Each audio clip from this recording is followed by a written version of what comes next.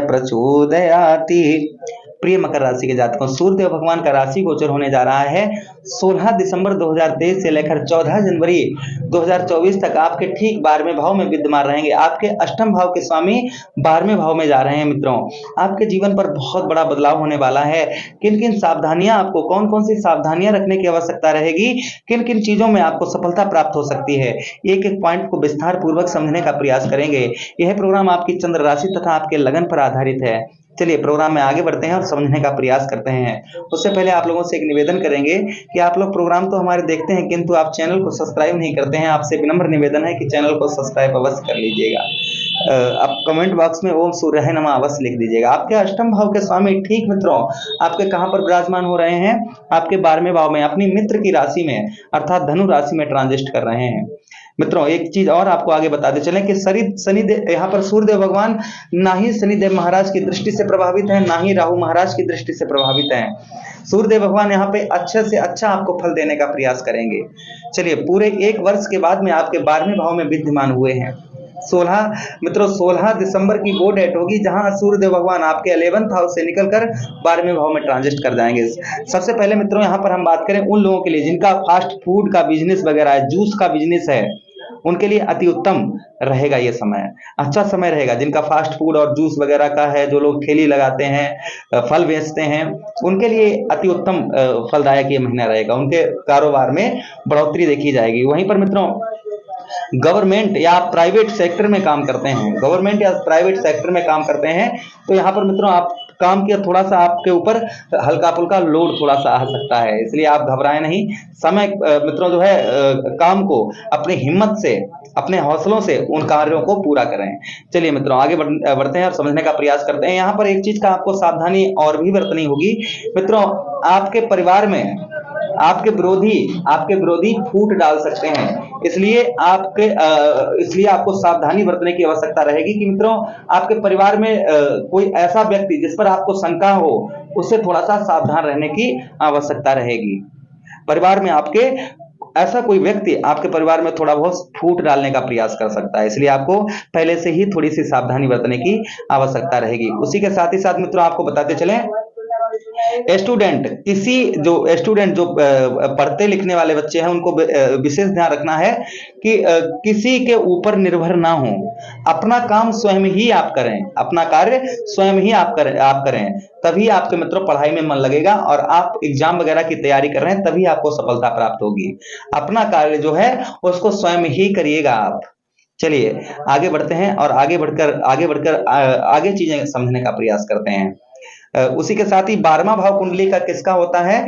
12वां भाव कुंडली का व्यय स्थान होता है, खर्च का स्थान होता है। हॉस्पिटल, कोर्ट कचहरी, मुकदमा, थाना, इन सब का कौन सा भाव होता है मित्रों? हमारा 12वां ही भाव होता है। और 12वें भाव में सूर्यदेव भगवान बैठे एक शुभ ग्रह हैं। सूर्यदेव भगवान किसके कारक हैं? आत्मा के कारक हैं, गवर्नमेंट जॉब के कारक हैं, पिता के कारक हैं, राजनीति के कारक हैं, आपके साहस के कारक हैं। और ये सबके कारक कहां पर बैठे हैं? और आपके अष्टम भाव के स्वामी 12वें भाव में विद्यमान है। जो लोग फॉरेन से, विदेश से बिजनेस करते हैं, उनके लिए अति उत्तम महीना रहेगा ये। जो लोग फॉरेन वगैरह से बिजनेस व्यापार अपना करते हैं, उनके लिए अच्छा रहेगा, अच्छा समय है, क्योंकि 12वां भाव ही हमारी कुंडली का विदेश का भाव होता है। इसलिए आपको इस महीना विदेश से आपको अच्छा लाभ होता हुआ दिखाई दे रहा है। मित्रों, उसी के साथ ही में आपको बताते चलें कि जो लोग विदेश वगैरह जाना चाह रहे थे, वीजा वगैरह जिन लोगों का पास नहीं हो पा रहा था, तो विदेश से आपका वीजा भी पास हो सकता है। और मित्रों, विदेश से आपको अच्छी खबर भी प्राप्त हो सकती है। विदेश में अगर आप विदेश में ही आप काम करते हैं, विदेश में हैं, आपका अति उत्तम ये महीना रहेगा, बहुत अच्छा रहेगा। अच्छा, कोर्ट कचहरी, मुकदमा, थाना, पुलिस, इन सबके चक्कर आपके लग रहे थे, ये चक्कर आपके कम होंगे। हॉस्पिटल के आपके चक्कर लग रहे थे, इन आपके चक्कर कम होंगे। लेकिन आपको सेहत का अपने विशेष ध्यान रखने की आवश्यकता रहेगी। अपने डॉक्टर की सलाह पर ही आप कुछ खान पान करें, इस चीज का बेहद ध्यान रखें। डॉक्टर के सलाह के बिना आप एंड में, आपके वीडियो के एंड में हम आपको एक उपाय भी बताएंगे, जिसे आप करने से आपके जीवन में कोई भी प्रॉब्लम समस्या हो रही है, उसे सूर्य भगवान दूर करने का प्रयास करेंगे। चलिए आगे बढ़ते हैं, आगे बढ़कर आगे समझने का प्रयास करते हैं मित्रों की आपके पैरों में हल्का फुल्का आपको इस महीना दर्द भी थोड़ा बहुत महसूस थोड़ा सा कर सकता है। हल्का फुल्का पैरों में आपके हल्का फुल्का दर्द जो है आपको थोड़ा बहुत परेशान कर सकता है। उसी के साथ ही साथ मित्रों आगे बात करें कि थोड़ा सा वाहन को आप सावधानी से चलाइएगा। सूर्यदेव भगवान के पास में मित्रों एक दृष्टि भी है, जिसे हम कहेंगे छठी दृष्टि, सप्तम दृष्टि। जैसे हमारे इष्ट श्री शनिदेव महाराज आपके लग्नेश श्री शनिदेव महाराज हो गए, इनके पास में 3 दृष्टियां हैं। उसी के साथ ही साथ मित्रों गुरु बृहस्पति हो गए, गुरु बृहस्पति के पास में भी 3 दृष्टियां हैं। गुरु बृहस्पति के साथ ही साथ में राहु महाराज हो गए, केतु महाराज हो गए, श्री मंगल देव हो गए, इनके पास में 3 दृष्टियां हैं। जहां पर बैठते हैं अपनी पूरी पावर को 3 जगह पर लगा देते हैं। किंतु सूर्यदेव भगवान, साथ ही साथ में गुरु शुक्राचार्य जी, और शुक्राचार्य जी के साथ ही साथ में बुध महाराज, इनके पास में एक ही दृष्टि है। जहां पर बैठते हैं अपनी पूरी पावर को एक ही भाव पर लगा देते हैं। सूर्यदेव भगवान आपके कौन से भाव पर दृष्टि डालेंगे? आपके छठे भाव पर दृष्टि डालेंगे। छठे भाव के अधिपति कौन बनते हैं? बुध महाराज आपके बनते हैं। छठे भाव के स्वामी कौन बनते हैं? आपके बुध महाराज बनते हैं। छठा भाव रोग ऋण शत्रुओं का होता है। आपको सेहत का थोड़ा सा ध्यान रखने की, आपके जो शत्रु हैं, शत्रुओं पर विजय प्राप्त होगी। आपके शत्रु जो हैं इन पर आपके विजय प्राप्त होगी। ऋण, आप पर कर्ज बहुत ज्यादा हो रहा है, कर्ज को रोकने का प्रयास यहाँ पर सूर्यदेव भगवान करेंगे। आपके कर्ज को रोकने का प्रयास यहाँ पर सूर्यदेव भगवान करेंगे। आपके खर्चा, जो आपका व्यय खर्चा हो रहा है, यानी व्यर्थ का खर्चा हो रहा है, इस खर्चे को भी सूर्यदेव भगवान आपके रोकने का प्रयास करेंगे। उस खर्च को भी आपके सूर्यदेव भगवान रुकवाएंगे। अच्छा, उसी के साथ ही साथ आगे बात करें चचेरे ममेरे भाइयों से, चचेरे भाइयों से आपको सावधानी बरतने की आवश्यकता रहेगी। थोड़ा सा उनसे मीठी वाणी और मीठी वाणी में ही उनसे बात करिएगा आप लोग।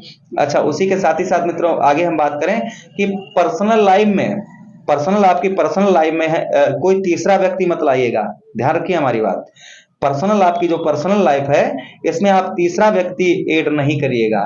समस्या आपकी थोड़ा सा बढ़ सकती है, इसलिए आपको तीसरे व्यक्ति से दूर रहने की आवश्यकता रहेगी।